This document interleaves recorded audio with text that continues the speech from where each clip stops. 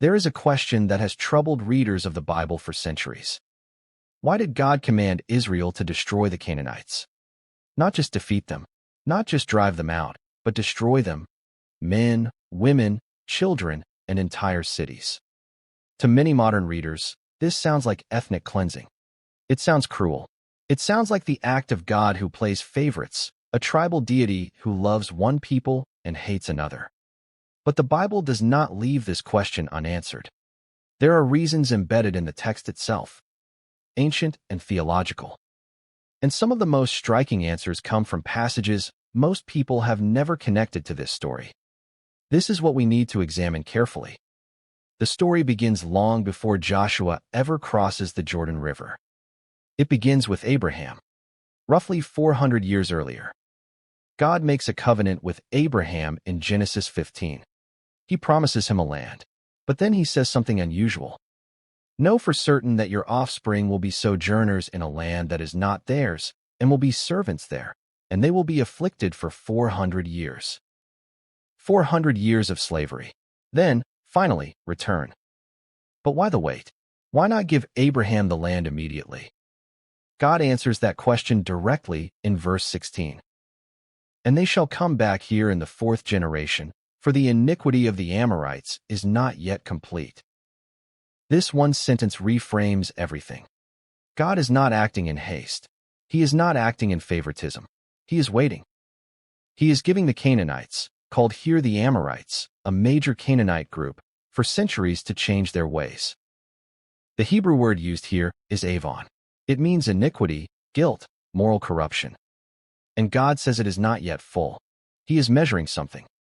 He is tracking the moral trajectory of an entire civilization.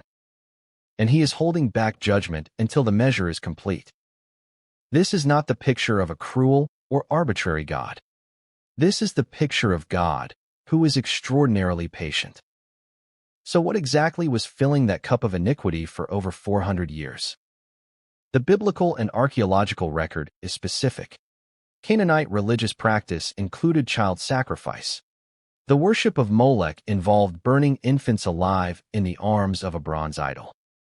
The Hebrew prophets returned to this horror repeatedly. It was not an occasional aberration. It was a regular practice embedded in their worship system. Canaanite religion also involved ritual prostitution. Both male and female cult prostitutes served at temple shrines. This was not considered immoral within their system. It was considered sacred. There was also widespread divination, necromancy, and sorcery. The text of Deuteronomy 18 lists these practices specifically as the reason God is driving out the nations. The text makes the connection explicit. It is because of the wickedness of these nations that the Lord your God is driving them out before you. The land itself, the text says, had become defiled. The imagery in Leviticus 18 is striking. It says the land vomited out its inhabitants because of what they had done on it. This is not favoritism toward Israel. The text says explicitly that if Israel does the same things, the land will vomit them out, too. And history records that it did. The Assyrian and Babylonian exiles are the fulfillment of that warning. God's standard is not ethnic. It is moral. But there is another dimension to this story, one that is less frequently discussed, and it runs deeper than cultural corruption. It involves the Nephilim. Genesis 6 describes a catastrophic event before the flood. Beings called the sons of God, the Ben Elohim, came to human women and produced offspring. The text refers to these offspring as the Nephilim, giants, mighty ones. The Hebrew word carries connotations of both physical power and moral terror. Now, an important question arises here. How could angelic beings produce offspring with human women? Angels and humans do not share the same nature. They are fundamentally different kinds of being. Their biology, if we can even use that word, is not compatible in the ordinary sense. The answer the text seems to suggest is not that angels became human. Rather, these fallen beings, the Watchers as the Book of Enoch calls them, appear to have used human men as their instruments. They corrupted the human line from within, working through human biology rather than replacing it. The offspring, the Nephilim, were therefore human in form, but marked by a profound spiritual and physical corruption that set them apart from the rest of humanity. This distinction matters. It means the corruption was not alien. It was a distortion of something God had made, and it spread. The flood was God's response to that corruption. It was not merely a moral judgment. Something had gone wrong at a deep level. The text says all flesh had corrupted its way. God preserved one family, Noah's, specifically noted as tamim, meaning complete or unblemished. Many scholars understand this term to encompass the integrity of the human line as God intended. But here is what most readers miss. The Nephilim appear again after the flood. Numbers 13 records the Israelite spies returning from Canaan. They report seeing the Nephilim there, the sons of Anak. They describe themselves as grasshoppers by comparison. The Anakim are documented throughout the conquest narratives. Goliath and his brothers in 2 Samuel 21 are described as descendants of the Rapha, another giant clan rooted in Canaan. The geography is consistent. These clans are concentrated in exactly the regions targeted for the most complete destruction. Joshua 11 verse 21 records Joshua specifically cutting off the Anakim from the hill country of Israel. The text notes that some survived and fled to the Philistine cities of Gaza, Gath, and Ashdod, where Goliath would later come from. This is not a coincidence. The biblical text is tracking a specific lineage. The intertestamental literature extensively develops this connection. The Book of Enoch, widely read in the Second Temple period and cited in the New Testament letter of Jude, elaborates on the corruption introduced by the Watchers. The Dead Sea Scrolls include several texts connecting Canaanite giant clans to this pre-flood lineage. The Canaanite situation was not simply a moral problem. It had been building since before the flood. Something that, if left to spread, would corrupt the one nation through which redemption was promised to come. Now we can see the full picture that the biblical text presents. God makes a promise to Abraham. Through his descendants, all nations of the earth will be blessed. This is the Abrahamic covenant. It is universal in its scope. It is the promise of a Redeemer. That line must be preserved.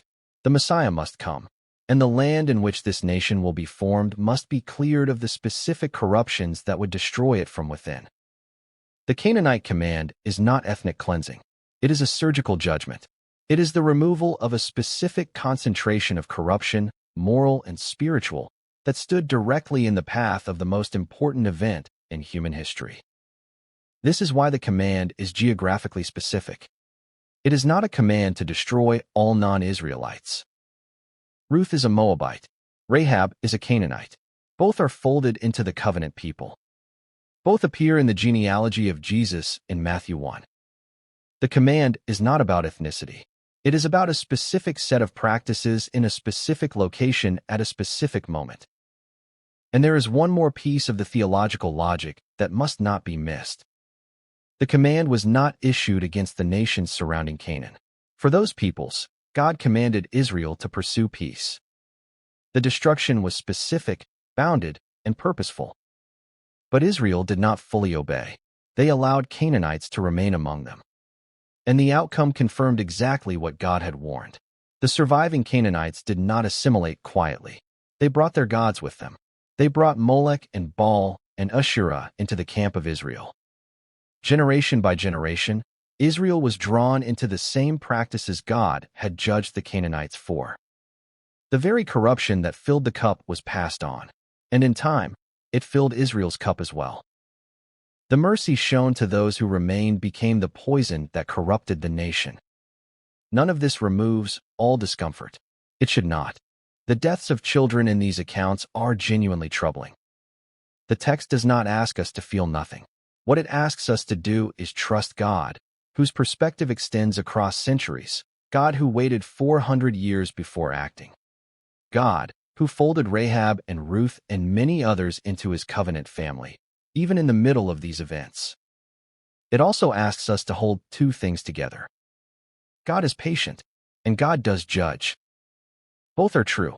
Both are necessary. God, who never judges, is not the God of moral order. God who never shows patience is not the God of mercy. The Canaanite question forces us to grapple with both.